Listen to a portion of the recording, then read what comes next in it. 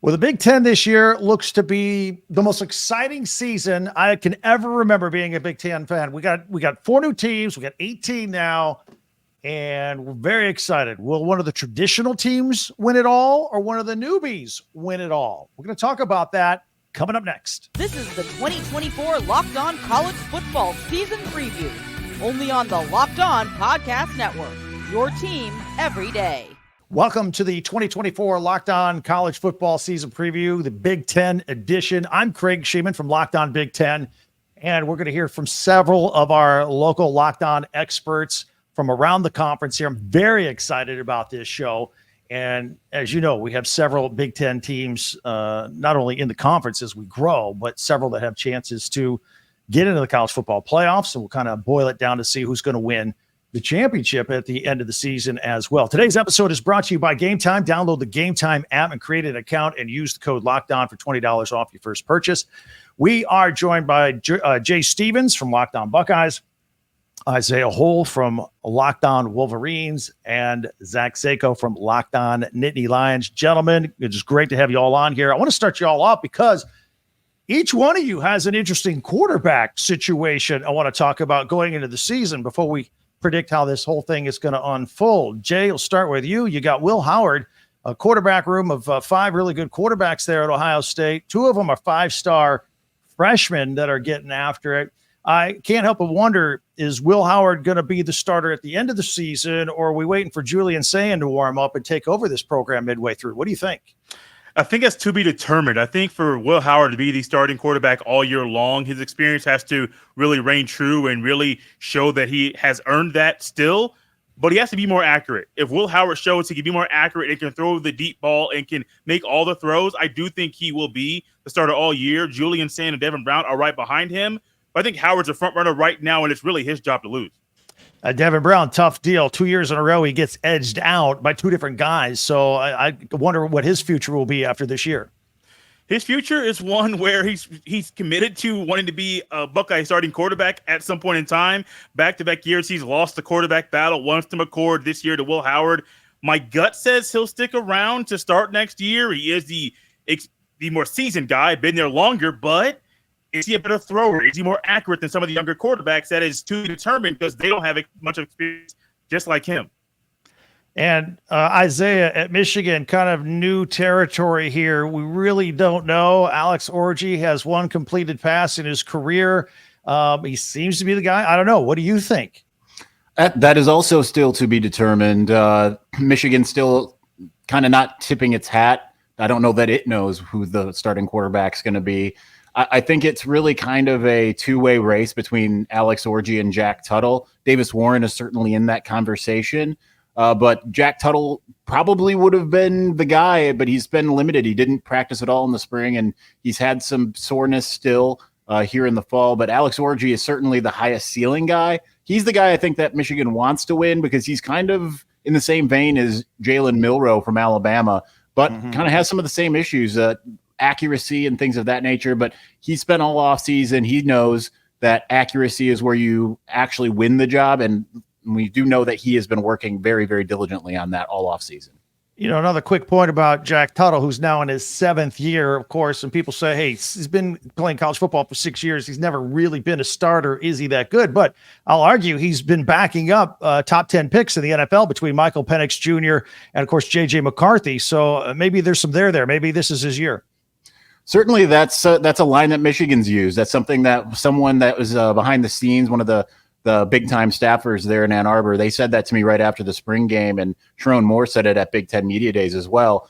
He certainly has a lot of those things that they're looking for, and when you look at it with what they have defensively, considering that Michigan tends to want to run the football, they don't necessarily need a guy that's able to throw it all over the yard. They're looking for someone who can just be consistent, someone who isn't going to turn the ball over, someone that essentially is like Cade McNamara was in 2021. That's what they're looking for. That's what they could get in Tuttle if he's healthy. And, of course, Zach, let's talk about Penn State. You've got the stable quarterback situation here that you know what you're going to get with Drew Aller, at least with the person. The one criticism of Drew Aller is, and maybe the whole offense as a whole, is they didn't chuck it downfield. And I thought he kind of diminished as the season went on, didn't take any chances. Now, I think they my opinion is they coached the heck out of him. Don't you dare turn the ball over, which he didn't. But I don't think he took enough chances either, and they didn't have much of a vertical game. What do you say about this year with Drew Aller at quarterback for Penn State? You're spot on with that assessment, Craig, that he was coached. You protect the football, rely on your run game, and rely on the defense. Well, you still have a good defense, very good defense with Tom Allen, but Andy Kotelnicki is the X factor here. Mike Yurcich, in a lot of ways, was holding back not only Drew Aller, but the offense as a whole. Because if you notice, Penn State didn't really make a lot of changes. They brought in Julian Fleming. They brought in Nolan Rucci. Well, if this offense was so bad, why did they bring in some select players that can at least fill some small needs? They didn't go out and try to get these superstar playmakers, if you will, these superstar difference makers on paper. So I think the presence of Andy Kotelnicki will help a lot because it's already instilled confidence with Drew Aller himself. You'll see some of Beau Pribula as well. I think you'll see a lot more of Beau Pribula. There's going to be an initiative to get a dual threat quarterback on the football field more often than he was utilized a season ago.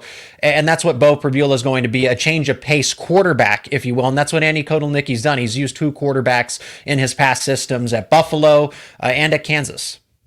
How does 10-2 sit well with Penn State fans again this year? I mean, that's been the thing. Hey, we got to quit being 10-2, which is awesome, by the way, and maybe be 11-1 or 12-0. But now with the expanded playoffs, there's not a single team in all of college football that can benefit or would have benefited over the last 10 years than Penn State with a 12-team playoff instead of a 14 playoff. And that's very fair to say too, right? Penn State would have been in more often than not if it was expanded to 12 teams, but that wasn't the case. They missed out. They got very close a couple of other times. To answer your question, 10-2, at least from where I'm sitting, is good enough to get you in the playoff, and it might even be good enough to get you into the Big Ten championship. It might be good enough to get you a matchup where you host in the first round. That doesn't get you a bye, but it gets you an opportunity to potentially host depending on how the deck breaks. So I don't think it's necessarily about the record itself. Is Penn State going to make the playoff, which I think they do? Will they host, which is what fans want to see, and then win that first round and make it to the second round? That's going to be a tough matchup depending on who those first four teams are, if that's the case. But I think Penn State fans will be very content if Penn State were to host the playoff game and then win that playoff game at home in Beaver Stadium. Well, you're not spending $700 million on Beaver Stadium for nothing. You want to host a playoff game. There's no doubt about that. Let's talk some Buckeyes. Jay, I mean, all of you three are kind of you've been the top three here at the Big Ten: Michigan, Ohio State, Penn State. We have some newcomers. A couple of them are pretty good. Jay, let's do some round robin. Your quick thoughts from Locked On Buckeyes. What do you think about the new additions to the Big Ten and what it means moving forward?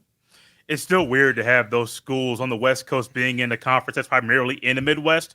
I say primarily because there is some East Coast flavor there too.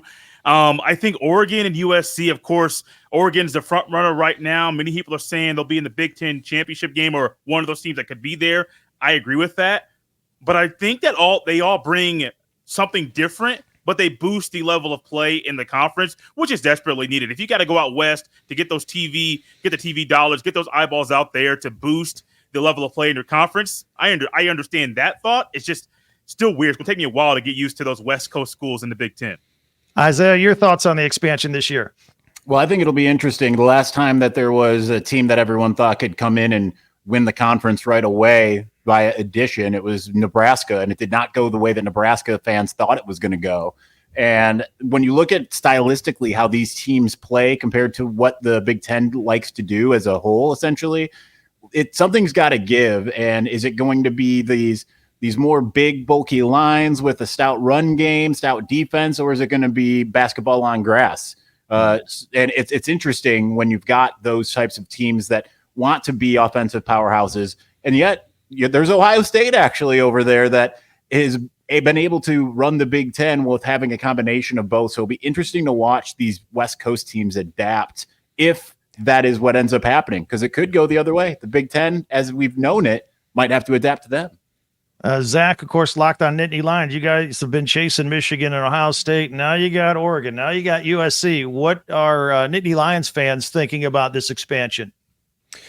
The expansion is great simply by the entertainment value, because I felt like for the longest time, is that Penn State's schedule, it's just you circle Ohio State, you circle Michigan, and then that's it. You have 10 other games that, like, okay, you can talk about them, but Penn State's a 20-point favorite, a 30-point favorite. They've won every other game aside from Ohio State and Michigan. I know some select losses here and there over the past decade of James Franklin's tenure, but I like this a lot. I tend to agree with Isaiah here is how will those former Pac-12 teams adjust? I think that, playing against a Minnesota or a Wisconsin in the late October, mid-November game is not going to be fun for a USC. And yes, I know it rains in Washington, but I just think there is going to be some adaptation here. I think that's the same thing for a Penn State that has to fly out to Southern California in the middle of October. They have never done that. It's different in the NFL when you're conditioned to do that. You're playing all over the country and it's your job. But when you're a student athlete and you got to take a 6-hour plane ride out to Southern California with no bye week beforehand, you're playing somebody beforehand. I get it. You get a bye week coming back, but that's just an example of how everybody's going to have to adjust in this case. But again, it makes for more. There's so many games you can circle on these respective schedules and say, this is a great weekend for college football in general. For as long as I can remember being a Big Ten fan my entire life, growing up in Michigan, in Indiana, I didn't even have to look at the Big Ten schedule. I knew that the Buckeyes and Wolverines was the game of the year, bar none. And I always have loved it. I don't think that's the case this year. I think it's October 12th. I think it's Ohio State at Oregon, Autzen Stadium. Jay, I'll start with you. Do you agree with that, or is Michigan still the game? It's still Michigan. I think Oregon poses a threat as far as on paper right now. Ohio State has not beat Michigan since 2019. I don't really want to talk about what could have happened in 2020 because didn't happen. But for the past 3 years, and Isaiah knows I've been on the show, we've done crossovers. I have been confident going into a couple of those games, and Ohio State's lost them. That's still the biggest game of the year. And I know in the Big Ten, I think it is still going to be the same thing. That Big Ten rivalry, Ohio State, Michigan, Thanksgiving weekend, it's the biggest game of the year. And that's not going to change anytime soon. Isaiah, I'll let you chime in on that too. So you disagree that it's not the Oregon-Ohio State game. It's still Michigan-Ohio State is the big game of the year. I mean, I would say so, but I think that making Oregon-Ohio State the game of the year, I think that discounts what some of the other Big Ten schools like Michigan or even Penn State, what they present, right? It's kind of the preseason modeling and saying like, okay, this is what these teams are. When it comes to Michigan, Michigan's obviously got a really daunting schedule. Texas week 2, USC week 4, Washington week 6, Oregon 3 weeks before Ohio State or 4 weeks before Ohio State to start out November, and then they got that game. So I think, though, like Michigan could go 11-0, and if it loses to Ohio State, it's going to feel like a failure despite what Michigan's done each of the last 3 years. So I would still say that game at the end of the schedule, that's still the most important game in the eyes of Michigan fans. Penn State, Zach, how about if you don't win the Big Ten, but you get into that playoff and even win a game? I mean, is that an acceptable scenario for you guys this year, or do you want to win a Big Ten championship after looking up at Ohio State and Michigan all these years? I mean, it's nice. It's a nice idea. But when I ask, fellow Penn State beat reporters, just the conversation is about hosting that playoff game. I don't think it's a matter of how they get to that point. It's just a matter of if Penn State can get to that point. So that means that you can't drop any of those games that, that one that'll sneak in there, and Minnesota circa 2019, right?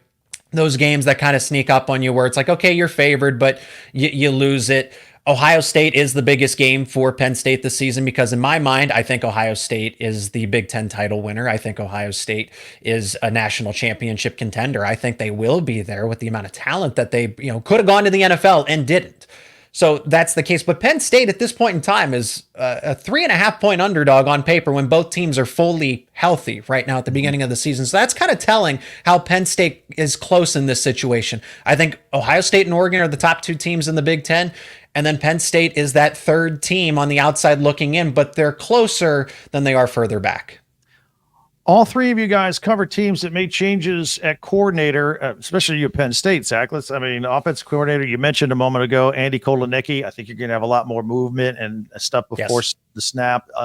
And Tom Allen, who I'm familiar with, obviously, as being an Indiana grad, he's now your defensive coordinator. But let's talk about that. What the movement, all the different formations, all that from what you've heard from camp so far. How is that helping Drew Aller? Is that helping confuse defenses at all? What do you expect? Well, until we see it actually go up against live defenses, we're not going to know for sure how they're going to adjust. But just for the sake of logic and reasoning, yes, I think the Big Ten is going to be at least in a bit of an adjustment period for what Andy Kotelnicki is going to bring in terms of that. It's about creating movement, deception, communication breakdown where a linebacker's got a point and somebody's going which way, and then the coverage changes. And how can you do all of that with all that pre-snap motion in a matter of milliseconds to change those alignments to fit? So that's what Kotelnicki does, is basically break down communication and disorient the defense. What you're going to see from Penn State's offense is maximizing all of its assets.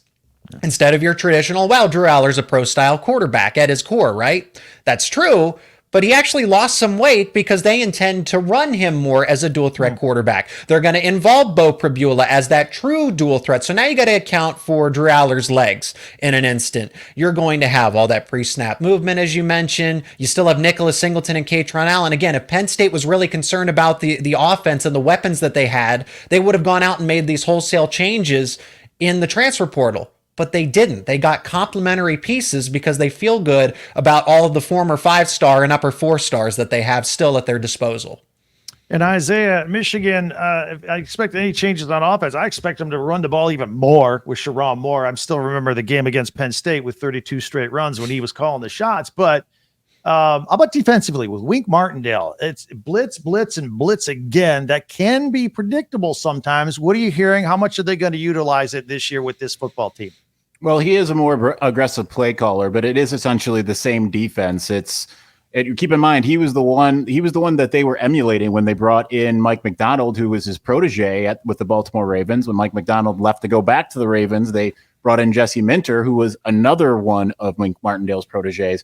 Yes, he does blitz a lot, but he said like that has been fully game dependent, depending on the teams that have been across from him. So we'll see when it comes. So when it comes to Michigan and its coordinators, I kind of expect it to look really similar in either way. I don't necessarily think there's going to be a wide deviation from what you've seen the last couple of years. It's kind of like Van Halen, right? They're moving on from David Lee Roth and they're bringing in, are they bringing in Sammy Hagar? Are they bringing in Gary Sharon? We're going to find out this year for those old enough to get that reference, I guess. That's fantastic. I love that. Chip Kelly, the new offensive coordinator at Ohio State. How does he plan to use Jeremiah Smith? I keep hearing about this freshman. He's going to blow everybody's doors off. Is he going to play like a lot and work his way into starting lineup and play? He's a day one starter. He's starting right away. It's something that I've heard in the spring that he might be a guy that's going to start. Not something you normally hear about a true freshman, but he's different. Even last year during recruiting shows, it's like, oh, Jeremiah Smith mentality is different. He's built different, and we're seeing that right now in fall camp. He's a day one starter, but Jeremiah Smith is going to be a guy going to get a lot of different looks, going to be on the outside. And I do believe that this offense with Chip Kelly is going to figure out some things with the run game, Will Howard, Judkins, and Henderson, but he'll also find numerous ways to get Jeremiah Smith the ball to help him build confidence early in the season. All right, real quick, you all have kind of alluded to this a little bit, but let's get it on the record finally before we go. The Big Ten championship game, Jay, will be between, did you say Ohio State and Oregon? You think that's the final? Yeah, I do. All right, Isaiah? I can't go against Michigan yet, so I'm going to go with, just for the sake of the last 3 years. So until something changes, I've got Michigan and Oregon. All right, and Zach? I think Ohio State's there. I need to do more due diligence on Oregon, but they are up there. It's hard to see the Ducks not being there, but I think any of these four, realistically, again, if the deck breaks favorably for any of Michigan, Penn State, they could make their way into the Big Ten championship, but I think these are your top four teams. USC, Washington, Nebraska, all those teams are so far away. These are the core four of the Big Ten this year, but I'll go with Ohio State and Oregon. It's funny you mentioned Washington, Nebraska. We're going to talk about them next, but I want to tell our audience, again, Jay Stevens from Locked On Buckeyes, Isaiah Hull from Locked On Wolverines, and Zach Seko from Locked On Nittany Lions. These guys do a great job. I encourage you to subscribe and follow and listen to them every single day. Appreciate it, gentlemen. Thank you very much. And coming up, we are going to talk about Washington. What to expect out of the Huskies with 20 out of 22 starters being replaced and a new head coach, plus a Nebraska team that's kind of the it team to talk about these days. That's all coming up next on the 2024 Locked On College Football Season Preview Big Ten Edition. I want to tell you about Game Time. This is fantastic. You get it on your favorite app, your device. You get tickets to anything, whether it be sporting events, concerts, comedy shows, something local, something out of town, right there. Get the Game Time app and get tickets right in the palm of your hand. They make it so easy for you to get your tickets and to any event that you could think of. In fact, they've got Game Time picks. Curation makes it easier to save more on sports and the concerts and the comedy that I'm telling you about. They've got all-in pricing. My favorite feature is right there. You see a ticket, but before you buy it, you can press and you can see the view, a picture of the view of the seat of the ticket you're about to buy before you go ahead and make your purchase. It is fantastic. Plus, they're offering a Labor Day special, 50% off tickets to the Dodgers and Diamondbacks game on Labor Day that is exclusively on Game Time. So take the guesswork out of buying any tickets to anything, Big Ten football, baseball, concerts, everything with Game Time. Download the Game Time app, create an account, and use the code LOCKDOWNCollege for $20 off your first purchase. Terms apply. Again, create an account and the redeem code LOCKDOWNCollege, LOCKEDONCOLLEGE for $20 off. Download Game Time today. Last minute tickets, lowest price guaranteed. Let me tell you about FanDuel. FanDuel is awesome. We love watching sports, right? It's exciting, but it's even more exciting with FanDuel. You got a little something on it? FanDuel is where you need to be. FanDuel is America's #1 sports book. We'll have something a little different for you right here. I'm going to tell you about. Now through September 22nd, all FanDuel customers can bet $5 and get a 3-week free trial of NFL Sunday Ticket from YouTube and YouTube TV. You're not going to beat that. And then, of course, you got the YouTube TV base plan. You'll be able to watch every regular season Sunday afternoon out-of-market game. All you need is a Google account and a current form of payment, and you can cancel anytime, but why would you? This is awesome. Just visit FanDuel.com/lockedon. That's FanDuel.com/lockedon to download America's #1 sportsbook. Back at the 2024 Locked On College Football Season Preview, Big Ten Edition. All right, we're playing musical chairs here. We've got 18 teams in the Big Ten. We got a lot of people to talk to. Roman Tomashoff from Locked On Huskies is with us, and Connor Happer from Locked On Nebraska. I was worried we're going to have this. I'm already mad that we put it together this way because I'm going to say Huskies and Huskers. I'm going to get it screwed up at some point. But gentlemen, welcome. It's good to talk to you. Let's start off with the Locked On Huskies since you're new to the group, right? That would be rude for us to not start with you first. So welcome to the Big Ten. Thank you. And, you are one of 4 new teams here with the Big Ten. I think you're the biggest mystery team in the Big Ten this season with 20 out of 22 starters replaced, a new coach.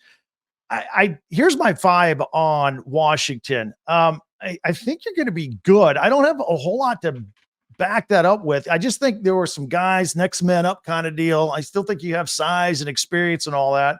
But other than that, I really don't. And I've said this on my podcast because I do a pretty deep dive preview on all the teams. I don't know what to expect out of you guys. What do you expect? Yeah, Craig, you did a really great job with them. That was a fantastic listen. And it's tough. I'm there every day, and I still don't necessarily have a great read on what everything's going to look like. Here's what I can tell you. The defense is going to be legit. This is a really, really fun defense led by Steve Belichick, where, having just his dad on campus has been a crazy thing for me personally as a Patriots fan, but having his dad on campus has just all of that. The way that's all gone is just this defense looks very well coached, and it's going to be very well coached on the field. That part is, the guys are going to vary. There's going to be a whole lot of rotation, not at linebacker. The linebackers look really good, or it's going to be Carson Bruner, who I think is going to be one of the better guys in the Big Ten. But offensively is where I have all the questions.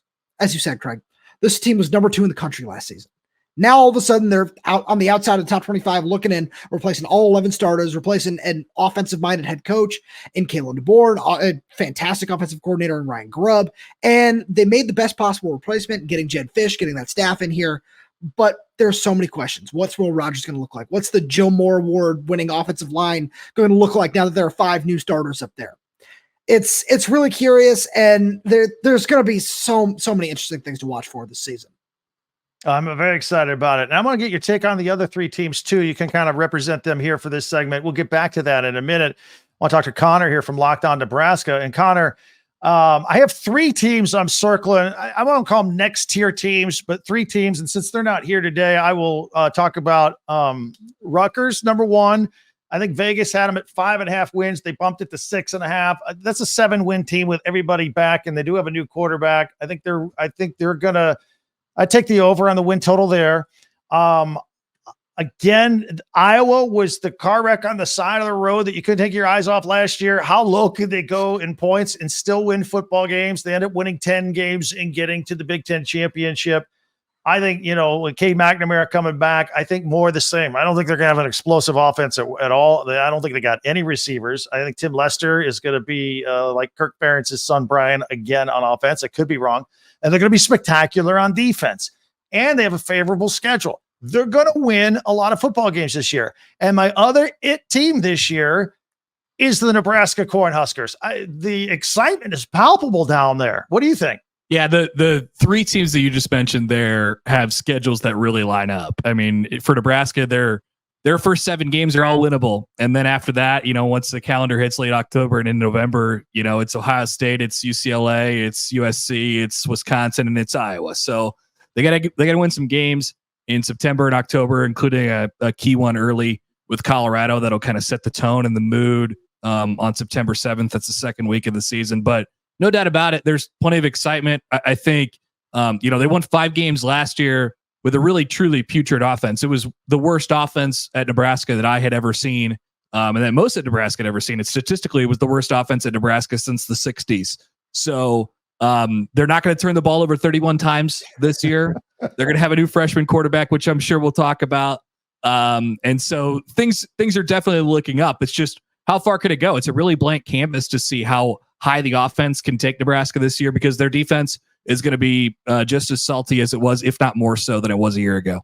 I watched that team last year and I thought, all right, Matt Rule comes in, and his first year, I thought he ran a very outdated offense where it was like, it's option football, but your quarterback is going to be your first option. It was like Tom Osborne. And now they got this Dylan Raiola. That's not what he is. He's like the real deal, this freshman quarterback. I watched him in the spring game. I was blown away. I'd be willing to tap the brakes and say, look, true freshmen don't just step into Power 4 schools and start on day one. But I think that's exactly what's shaping up. I see guys like Joel Klatt saying this is the next Patrick Mahomes. I don't know if that's a little lofty, but still, I like what I see so far. This guy's the real deal. Yeah, he's got the look. I mean, the comparisons to Mahomes are obvious just because he looks like him. He wears number 15. He's kind of his protege. I mean, they hang out in the offseason. They train with the same quarterback's coach. So that makes a lot of sense why they've been, kind of drawn as corollaries. But I mean, he's got the stuff to back it up too. He's got a great arm. I mean, the day he stepped on campus, he was better than any of the 3 guys that Nebraska played last year. Nebraska was trying to, they started off with Jeff Sims. He was a transfer from Georgia Tech, high turnover guy. They were thinking, man, maybe we could have the run game. Maybe we could do enough around him to keep him out of trouble. They weren't. His turnover situation got worse. He got hurt. Then they turned it over to Heinrich Harburg last year, who's going to be their backup this year. Like you said, they were kind of just an option team. Every once in a while, they'd throw it deep. Their options were really limited. So Nebraska's, coordinators, their co-coordinators this year, they added a co-coordinator in the offseason. They're really licking their chops. I think they're ready to prove some people wrong. To your point about what they were doing on offense last year. I think they're excited to show people how dynamic they can be with a quarterback who they know can make plays. They revamped the wide receiver room at the top, and they think they could be pretty good in the run game as well. So I think they're really excited to show people how dynamic they could be. Roman, let's talk about Will Rogers, because I think that's the one thing we kind of know about of the 20 guys we're replacing or whatever, right? He's going to be quarterback coming out of the old Mike Leach system. He should be able to throw the ball pretty well, right? We're pretty comfortable with how that's going to go, right? Yeah, I feel fully confident Will Rogers. Obviously, replacing Michael Penix is an impossible task, which I don't wish upon anybody. But the fact that it's Will Rogers seems like I said with Jed Fish, is the best possible outcome here, where you're getting a guy who has so much experience in the SEC coming over, has 1 year where he's going to be learning a very different style system in Jed Fish's pro style offense. But he has a really good cast of receivers around him. Denzel Boston's a guy who didn't get a lot of run last year where, I mean, call me crazy, but getting the chance to break into the lineup when Rome Odunze, Jalen Polk, and Jalen McMillan are ahead of you seems kind of tough. I don't know. I feel like I'm going on a limb there a little bit, but he's got a really nice cast of guys around him. And Will has shown that he's going to protect the ball. He's going to make high percentage throws. And with the guys that he has around him, I feel fully confident in his ability to lead this offense for one season before handing the reins over to DeMond Williams, who's a true freshman that Jed Fish brought with him from Arizona to Washington, who was really impressed with his legs and his arm talent, but certainly looks like he just needs a little bit of time to adapt to the college game. All right, I'm going to put you in a difficult spot here since we don't have Spencer with us here. I'm going to have you talk about Oregon for just a second because you know him pretty well, being one of your arch rivals. They seem loaded for bear this year. It's unbelievable, the talent acquisition. They're like the Ohio State of the West Coast, I think. I'm not going to say anything that nice about them. I can't go that far, but yeah, no, they're certainly a very talented team, and just the way that offense is shaping up with Tez Johnson, with Evan Stewart, Dylan Gabriel, it's certainly going to be very interesting to watch. What I'm most curious about is what that defensive line is going to look like. Because Dan Lanning for the last couple of years now has been loading up there, whether it be through the transfer portal, through high school recruiting, and he's got a lot of really talented bodies up front. And that just seems to be, obviously, as everyone has said about the Big Ten for so long, now it's weird talking about it from an inside perspective. This is still foreign to me. But the more I look at it, the more it's, you need to make sure you dominate in the front seven, and they have all the pieces to do that, which is, I think, is going to be their biggest strength this season.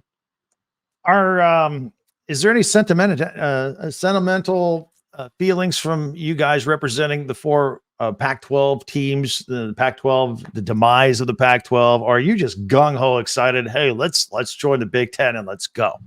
It's a little bit of both. RIP Pac-12 first and foremost. We loved our time in the Pac-12 as anybody did who grew up out here on the West Coast watching college football. Everybody loved the Pac-10, Pac-12 era, and there are a lot of good things about it. But at the same point, for any fan who has reservation, for the salty Oregon State and Washington State fans, it was either you make the move and you adapt to the new world of college football, or you fade into irrelevance. Those were really the only two outcomes here.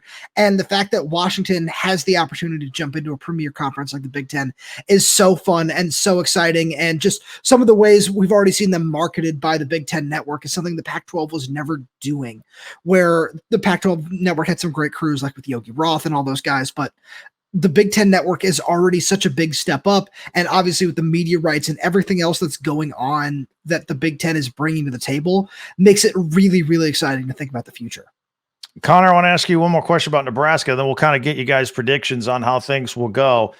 The first game against UTEP, presumably it'll be Dylan Raio's first game. I know that they don't want to do any turnovers like last year, but he is a rookie, a freshman quarterback. It's a good game to get his feet wet. And then I am really looking forward to that next game against Colorado with Coach Prime and Shedeur Sanders. By the way, that's going to be a great day. You got Michigan and Texas in that day. You got Colorado taking on Nebraska. That's the game that's going to really tell Nebraska, I think, which way they go. Do you agree?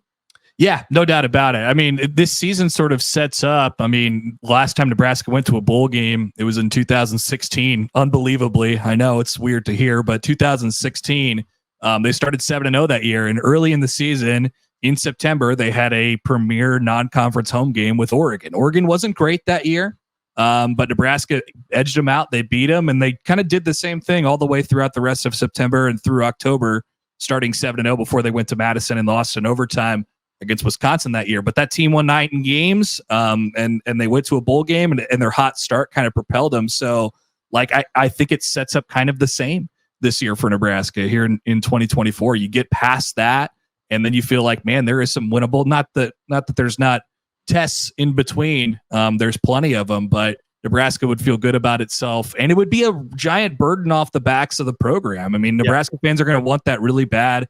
It's a night game. Since they restarted this home and home here, Nebraska hasn't beat them. They're 0-3.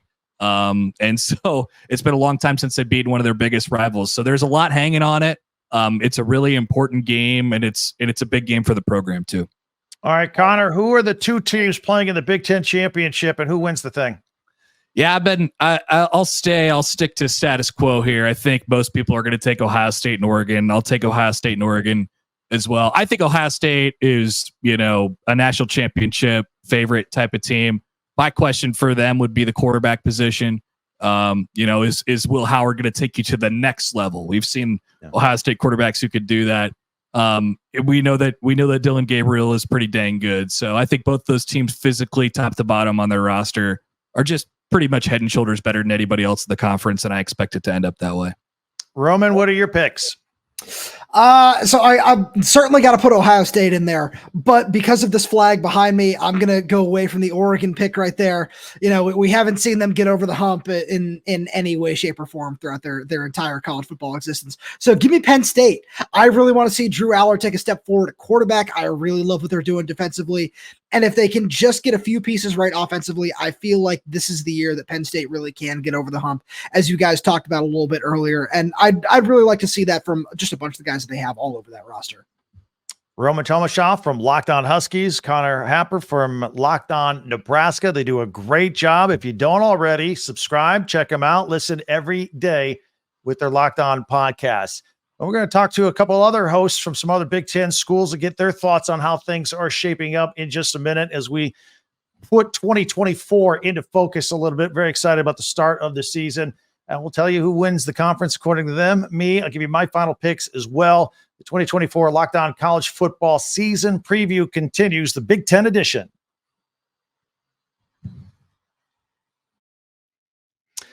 Ibotta. If you like me, you spend a lot of money. I have a family. I spend money every day. I don't want to. I just do. There's a lot of stuff you have to buy. Summertime, sandals, sunscreen, snacks for the kids, running people around, gas, everything.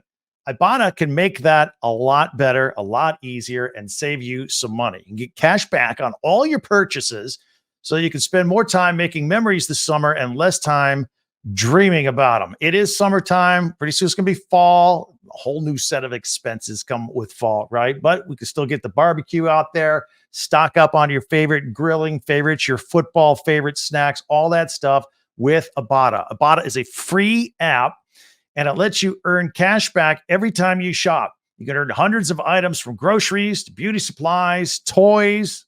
You can make sure that you're beating inflation. Inflation's a problem, right? You can beat it with Ibotta. The average Ibotta user earns $256 a year.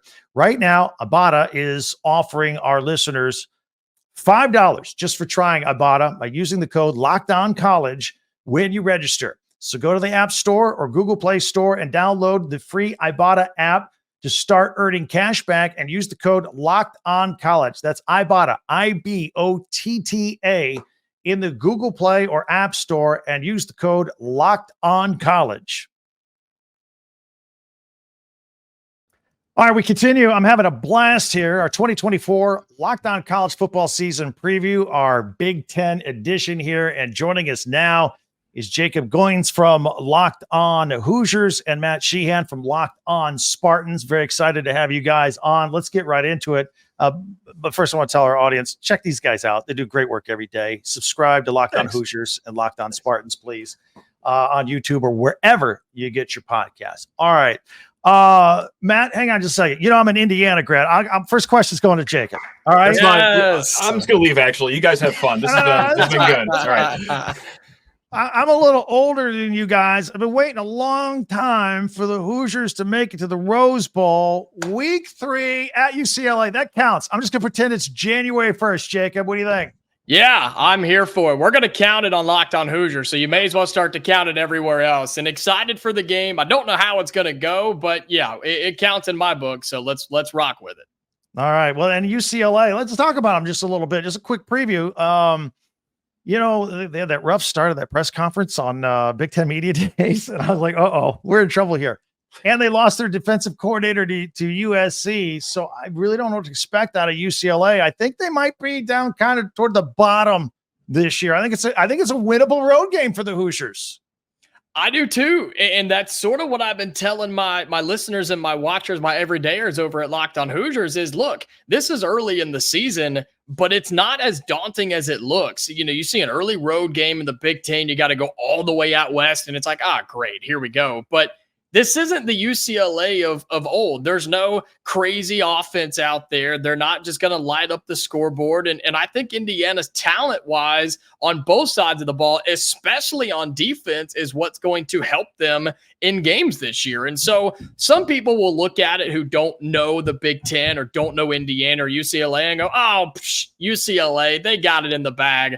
But don't overlook the Hoosiers in week 3 at UCLA. It is a winnable game. And if they do, then the season could go in a much different direction than most people think. And I think the more formidable team out there, obviously, is USC. They took Danton Lynn, the defensive coordinator from UCLA. And by the way, UCLA was a very good and underrated defense last year. Now the guy that was in charge of it is running the Trojans defense.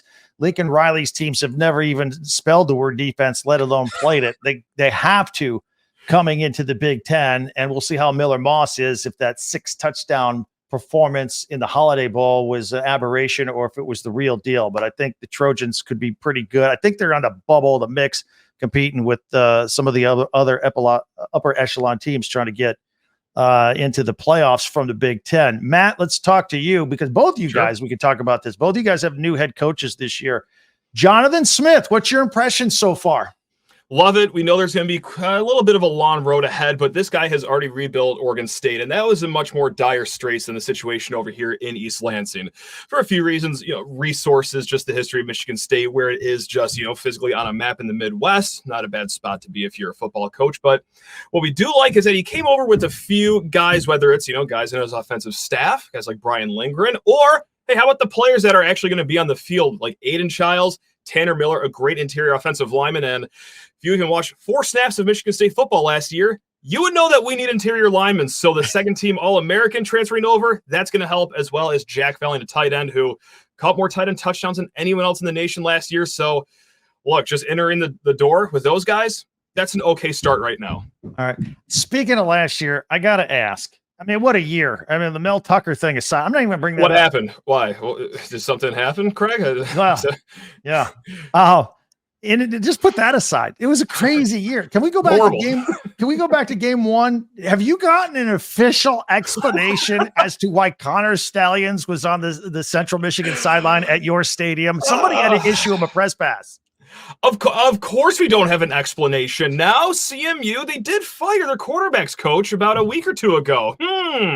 That's weird. He was on Jim Harbaugh's staff 2 or 3 years ago and might have some connections there. Isn't that kind of odd? Oh, wait, he also signed an extension back in January. So it kind of connect the dots there that, well, maybe some people knew each other, never deleted each other's numbers off each other's phones, and that's how the connections were made there. But no, our athletic director back in July, he gave an interview with Graham Couch of Atlanta State Journal, and he said CMU hasn't even offered like an apology, an explanation, or anything. So their stance is we're going to wait for the NCAA investigation to wrap up before we do anything. And my question is why?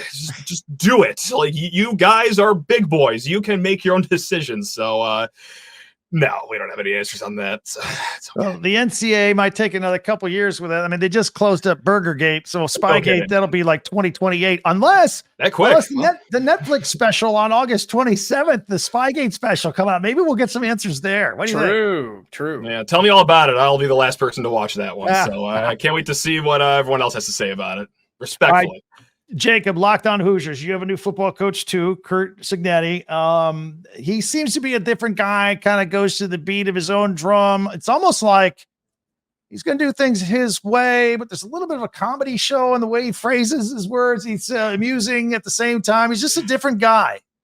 I love it, though. I absolutely love it because he has and I dropped this on the show a few weeks ago, and I thought it was going to go more viral than it did, and I'm glad that it didn't. It's very Nick Saban-esque. And what I mean by that is he runs his own ship. As you said, Craig, he does it his way. He's been a coach long enough, and he's turned around enough programs to where I think he's earned that respect to come in and say, this is what I want. This is how we're going to do it. Buy in or get out. And you saw a lot of transfers leave. You saw a lot of his guys come from James Madison, players and coaches. And you've seen that expand outside the locker room, from donors to the athletic department to the fan base. Like, the excitement is there and the buy-in is there and the support is there, which is something, Craig, you know this, it just hasn't always been like that. And I think it took somebody like Kurt Cignetti to come in and say, look, this has not been acceptable. I'm going to change it. And whether it works out or not, we'll find out in a few years. But he came in and laid down the law. And so far, it seems to be working. This is some of the most talent we've seen in a long time on both sides of the football. And I think it's going to pay dividends when you see him on the field this fall. Every time I look at the depth chart of the Hoosiers, it's all in orange because it's all the marks the transfers. I think you got 8 transfers on offense and 7 on defense. Basically, it's James Madison has come to Bloomington. I'm curious. Are they going to look like kind of, I don't know, MAC level or Big Ten? How do you think these James Madison players are going to do together as a unit? That's a legitimate concern. And you see this just about every time you see a coach go from one program to the other, right? It's okay. Are they going to look like the old team that they came from? And while there may be a little bit of that, I do think they've gotten better. I think they've raised their level of play. And the few guys that did hang around from Indiana a year ago, plus you bring in a transfer quarterback who's played college football for about 18 years, all of that combined, I think this team's going to be much improved. How many points will they score? I don't know. How many points will they allow? I don't know. But I do think you will see them as the season goes on. They will play Big Ten style football and at least be able to compete in Big Ten football. But hey, maybe the UCLA game is an eye opener. Maybe it's one of those early few games as well where it's like, whoa, okay, maybe we're not physically, mentally, emotionally ready for this, but it won't take long for Curt Cignetti to figure it out. Matt, how long of a rebuild turnaround is this? Is this a slow and steady turtle race, or is it more like the hare, the rabbit? Are we going to see a quick turnaround? What do you think? In this day and age, 2 or 3 years does seem like a long time, but yeah, just based on everything that we know about Jonathan Smith and what he did over at Oregon State. And also, there's a really nice in-depth piece over at Spartans Illustrated. A lot of players got to speak in an anonymous condition, staff members too. The constant theme was not only is he rebuilding the culture, but he does not take any shortcuts, doesn't cut any corners. Like, he knows that it's a process. He will do it his way. So 2 years, okay, that's when Aiden Childs is now a junior. Maybe, you get things turning over a little earlier than you would like. Maybe he even sticks around for his senior year in year 3, but I think it'll be 3 years is my guess. Wouldn't be shocked if, we're flirting with 9 wins in year 2, but yeah, I don't think it's going to be an instant success. Now, with that said, I'll take 7-5 this year, and you best believe I will have a parade down Grand River Avenue. It'll be the hardest anyone has ever celebrated a Jacksonville Tax Slayer Bowl berth ever. But, look, 7-5 would mean you're ahead of schedule, and I think with Michigan State's schedule, it's in play. It's in play. 4.5 over under be damned. I think 7-5 is in play. I want to laugh at you for a parade for 7-5, but we Hoosiers, yeah, okay. I haven't seen a bowl game in 3 years here. So yeah, I can use anything. I just want to feel something after the month of December flips on the calendar. Like that's I'm not asking a lot. Going down Kirkwood Avenue if we get 7-5. That would be awesome. You better believe it. All right, guys. As we look up at the other teams in the Big Ten, I said earlier on this podcast, for the first time in my life, I don't think Michigan-Ohio State is the game. I think it's Oregon hosting Ohio State on October 12th. Some mixed reaction to that. But who do you guys think are going to be in the Big Ten championship now that we get rid of the West Division? It's the 2 best teams. Who's in it? Matt, I'll start with you. Maryland and UCLA. No, I'm kidding. I hate to be this boring. It's Oregon and Ohio State. Both those guys have spent more than half the AFC in the offseason. It's going to be them too. I'll stop the conversation. All right. Jacob, how about you? I mean, I want to go off the beaten path so bad. I want to say, it's going to be Michigan. They're going to surprise people and still be good this year. Or maybe it's, Maryland that does actually decide to just light up the scoreboard. But I can't do it, Craig. I cannot do it. So we're going to be wrong. So just be ready for it. We will be wrong when the Big Ten championship game rolls around. It'll be Purdue that shocks everybody and makes a run. But my official pick will be the Buckeyes from Ohio State, who I think are the most talented team in college football. And then it's going to be Oregon, too, who's going to be right there behind them. They'll be 2 of the highest seeds in the college football playoff, but they will play each other for the Big Ten championship. Jacob Goins, Locked On Hoosiers, Matt Sheehan, Locked On Spartans. If you haven't already, subscribe and listen to them every day. They do a great job. Subscribe on YouTube or wherever you get your podcast. Gentlemen, thank you very much. And for everybody out there, follow and subscribe your favorite Big Ten team, no matter who it is. We'll be covering your favorite team every day throughout the season. And don't forget, I'll have you covered on the entire conference every day, all 18 teams on Locked On Big Ten, part of the Locked On Podcast Network, your team every day.